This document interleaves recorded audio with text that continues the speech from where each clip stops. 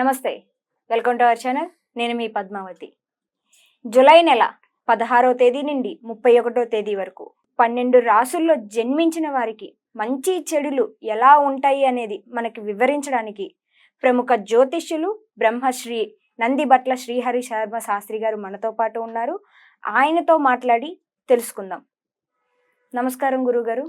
వాగర్థావివ సంపృక్తౌ వాగర్థ ప్రతిపత్తయే జగతః పితరౌ వందే పార్వతీ పరమేశ్వరౌ. సదాశివసమారంభాం శంకరాచార్య మధ్యమాం అస్మదాచార్య పర్యంతం వందే గురు పరంపరాం. ఆదిత్యాయ చ సోమాయ మంగళాయ బుధాయ చ గురుశుక్ర శనిభ్యశ్చ రాహవే కేతవే నమః. శృంగేరి పీఠాధిపతులకి, కంచి పీఠాధిపతులకి నమస్కారములు తెలియచేసుకుంటూ కార్యక్రమాన్ని ప్రారంభిద్దాం. గురువు గారు, ఈ నెల 16వ తేదీ నుండి 31వ తేదీ వరకు ఈ 12 రాసుల్లో జన్మించిన వారికి ఎలా ఉండబోతుంది మంచి చెడులు? అయితే అందులో మొదటిగా మేషరాశి వారి గురించి. మేషరాశి వారికి ఈ 16వ తారీఖు నుంచి 31వ తారీఖు వరకు సంబంధించి ఏ విధంగా ఉండబోతుందో తెలుసుకునే ముందు గ్రహాల యొక్క సంచారం తెలుసుకుందాం. ముఖ్యంగా 12వ స్థానం ముందు రాహువు, 6వ స్థానం ముందు కేతువు, లాభస్థానం ముందు శని వక్రీకరించి ఉండడం, అలాగే కుటుంబ స్థానం ముందు గురువు మరియు కుజుడు, అలాగే రవి బుధ శుక్రుడు కర్కాటక రాశిలో సంచారం జరుగుతూ ఉన్నది. ఈ కారణం చేత ప్రధానంగా గమనించుకున్నట్లయితే ఈ యొక్క రాశుల్లో జన్మించినటువంటి వారు మీ యొక్క వాక్కుని ఎంత అదుపులో ఉంచుకుంటే అంత యోగదాయకమైనటువంటి పరిస్థితిలో ఉంటారని చెప్పవచ్చు. ముఖ్యంగా ఏ పని చేసినప్పటికీ కూడాను వృధా ప్రయాసగా 1-2-3 సార్లు పని చేస్తే తప్ప ఫలించినటువంటి పరిస్థితి.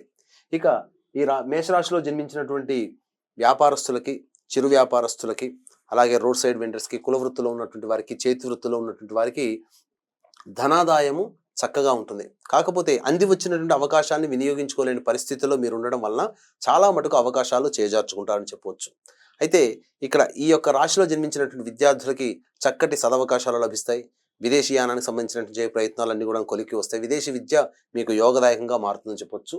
ఇక ముఖ్యంగా అన్నిటికంటే ప్రధానంగా వివాహం సమస్యలు ఎదుర్కొనేటువంటి యొక్క మేషరాశిలో జన్మించినటువంటి వారికి కొంతకాలము దైవానుగ్రహం తప్పదు. కాబట్టి కొంతకాలం వేచి చూచి తదనంతర కాలంలో గ్రహ సంచారం అనుకూలంగా ఉన్నప్పుడు వివాహ ప్రయత్నాలు కనుక చేసుకున్నట్లయితే చక్కగా శుభ ఫలితాలు పొందుతారని చెప్పవచ్చు. ఇక రాహుకేతు యొక్క ప్రభావం వలన కొంతవరకు యోగదాయకంగా ఉన్నప్పటికీ ప్రధానంగా శత్రుస్థానంలో కేతు యొక్క సంచార ప్రభావం వలన కొన్ని ఇబ్బందికర పరిస్థితులు ఎదురవుతాయని చెప్పవచ్చు. కాబట్టి దీన్ని దృష్టిలో పెట్టుకొని మీరు చేస్తున్నటువంటి వృత్తి ఉద్యోగంలోనైనా కానీ, అలాగే వ్యాపారంలోనైనా కానీ కాస్త సంయమనం పాటించి లౌక్యంతో ముందడుగు వేసినట్లయితే చాలా మటుకు మంచి శుభ ఫలితాలు పొందాలని చెప్పవచ్చు. అయితే ప్రధానంగా వీక్షించేటువంటి ప్రేక్షకుల్లో గమనించాల్సిన అంశం, ప్రతి వ్యక్తికి కూడాను డబ్బుతో ముడిపడి ఉంటుంటాయి సమస్యలు. కాబట్టి డబ్బుతోనే సమస్యలు వస్తాయి, డబ్బుతోనే సమస్యలు తీరుతాయి. కాబట్టి ఏ రోజుల్లో ఈ 16వ తారీఖు నుంచి 31వ తారీఖు వరకు ఏ రోజుల్లో మీకు ధనాదాయం బాగా ఉంటుంది, అలాగే ఏ రోజుల్లో అధిక ధనం వ్యయం అనేటువంటిది ఉంటుంది అనేటువంటి విషయాల్ని మనం కూలంకషంగా చర్చించుకుందాం.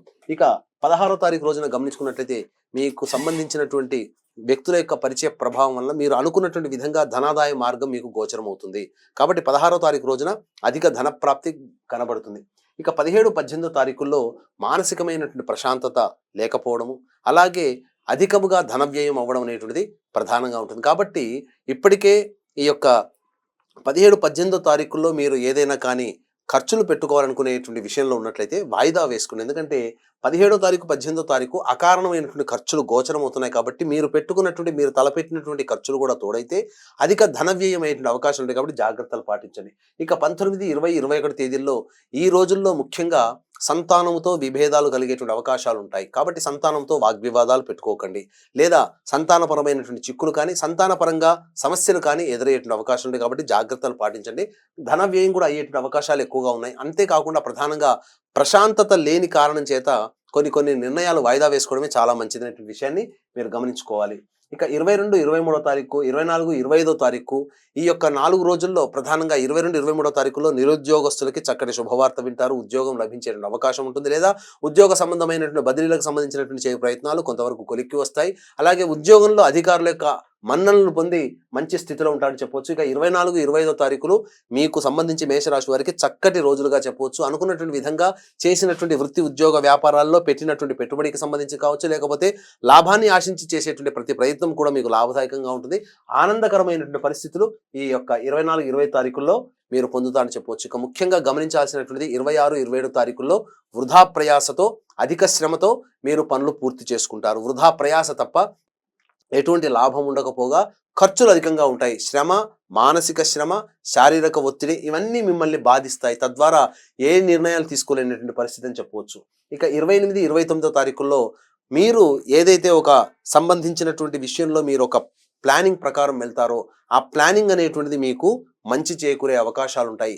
మీరు ఎప్పుడో వేసుకున్నటువంటి ప్లాన్కి ఇప్పుడు ఈ 28, 29 తారీఖుల్లో ప్రణాళికల్లో మీకు ముందడుగు వేస్తారని చెప్పవచ్చు. అన్నింట శుభమైనటువంటి విషయాలు అనేటువంటివి మీకు జరుగుతాయి. లేదా ఒక లోన్స్కి అప్లై చేస్తుండవచ్చు, లేకపోతే ఇతరత్ర ఏదైనా బ్యాంకు సంబంధించినటువంటి వ్యవహారాలు కావచ్చు, ఇతరత్ర ఏదైనా కానీ మీరు ఆతృతతో ఎదురు చూస్తున్నటువంటిది లేదా మీకు శాంక్షన్ అనేటువంటిది ఒక శుభము ఈ యొక్క 28, 29 తారీఖుల్లో ఉంటుంది. మానసికమైనటువంటి ఉల్లాసంతో ఉంటారు. అలాగే 30, 31 తారీఖులో మాత్రం జాగ్రత్తలు పాటించండి. అకారణమైనటువంటి విరోధాలు కుటుంబ సభ్యులతో పెరుగుతాయి కాబట్టి వాక్కుని ఎంత అదుపులో ఉంచుకుంటే అంత మేలనేటువంటి విషయాన్ని వీక్షించేటువంటి ప్రేక్షకులు మేషరాశిలో జన్మించినటువంటి వారు గమనించవచ్చు. ఇక ముఖ్యంగా గమనించుకున్నట్లయితే ఇక్కడ ప్రధానంగా మీకు సంబంధించి అనేక రకాలుగా ఇబ్బందికర పరిస్థితిలో ధన వ్యయం అనేటువంటిది ఈ యొక్క మేషరాశిలో జన్మించినటువంటి వారికి 30, 31 తారీఖుల్లో ఉంటుంది. వెరసి చూసినట్లయితే మీరు జాగ్రత్తలు పాటించాల్సినటువంటి రోజులు 17, 18, 30, 31, అలాగే 26, 27. అకారణమైనటువంటి ఖర్చులు, అకాల విరోధాలు ఈ తారీఖుల్లో కలుగుతాయి.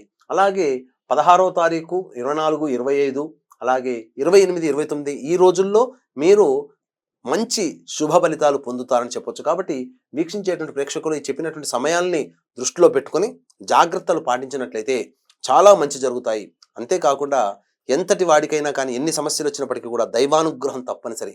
దైవానుగ్రహం లేనిదే ఎవ్వరు కూడా విజయాన్ని పొందలేరు. కాబట్టి దీన్ని దృష్టిలో పెట్టుకుని వీక్షించేటువంటి ప్రేక్షకుల కోసం ఈ నెల 21వ తారీఖు రోజున శ్రీకాళహస్తి క్షేత్రంలో రాహుకేతు పూజ, అలాగే విద్యార్థుల కోసం సరస్వతి దక్షిణామూర్తి హోమాలు, వృషభ మిథున కర్కాటక సింహత్తుల వృశ్చిక మకర కుంభమీన రాశిలో జన్మించినటువంటి వారికి శనిదోష పరిహారార్థమై శనీశ్వర హోమం, అఘోర పాశుపతి మంత్ర హోమంతో పాటు ముఖ్యంగా విద్య, ఉద్యోగం, వివాహం, అనారోగ్య సమస్యలు, దాంపత్య సమస్యల నివారణకి 18 రకాల హోమాది కార్యక్రమాలు కేవలం 1500 రూపాయల రుసుముకి మీ గోతనామాలతో చేయించడం జరుగుతుంది. అలాగే సంవత్సరం పొడుగుతా ఒక్కొక్క క్షేత్రంలో ప్రతి నెల చేయించడం జరుగుతాయి కార్యక్రమాలు. వాటిలో కూడా మీ గోతనామాలు నమోదు చేసుకోవచ్చు. అలాగే ముఖ్యంగా వీక్షించేటువంటి ప్రేక్షకుల్లో సాధారణంగా సమస్యలు వచ్చినట్లయితే తప్పకుండా మీరు ఈ యొక్క సమస్యల పరిష్కారం కోసం దత్తస్తవము, కాలభైరవాష్టక పారాయణం రోజుకి 3 సార్లు పఠించండి ఒక వారం రోజుల పాటు. ఇంకా మీరు చేసినటువంటి ఈ పరిహారం వల్ల కూడా మీ సమస్యలు తీరకపోతే దగ్గరలోని ఉపాసనాపరులైనటువంటి పండితులు గనక సంప్రదించి వారు చెప్పినటువంటి సూచనల మేరకు మీరు పరిహారాలు చేసుకుంటే మీకు ఈ నెలలో వచ్చేటువంటి సర్వ సమస్యలు నివారణ అవుతాయని చెప్పవచ్చు. చాలా చక్కగా వివరించారు గురువు గారు. అయితే 16వ తేదీ నుంచి 31వ తేదీ వరకు మేషరాశి వారికి ఎలా ఉండిపోతున్నాయి ఫలితాలు అనేవి చాలా క్లుప్తంగా వివరించారు.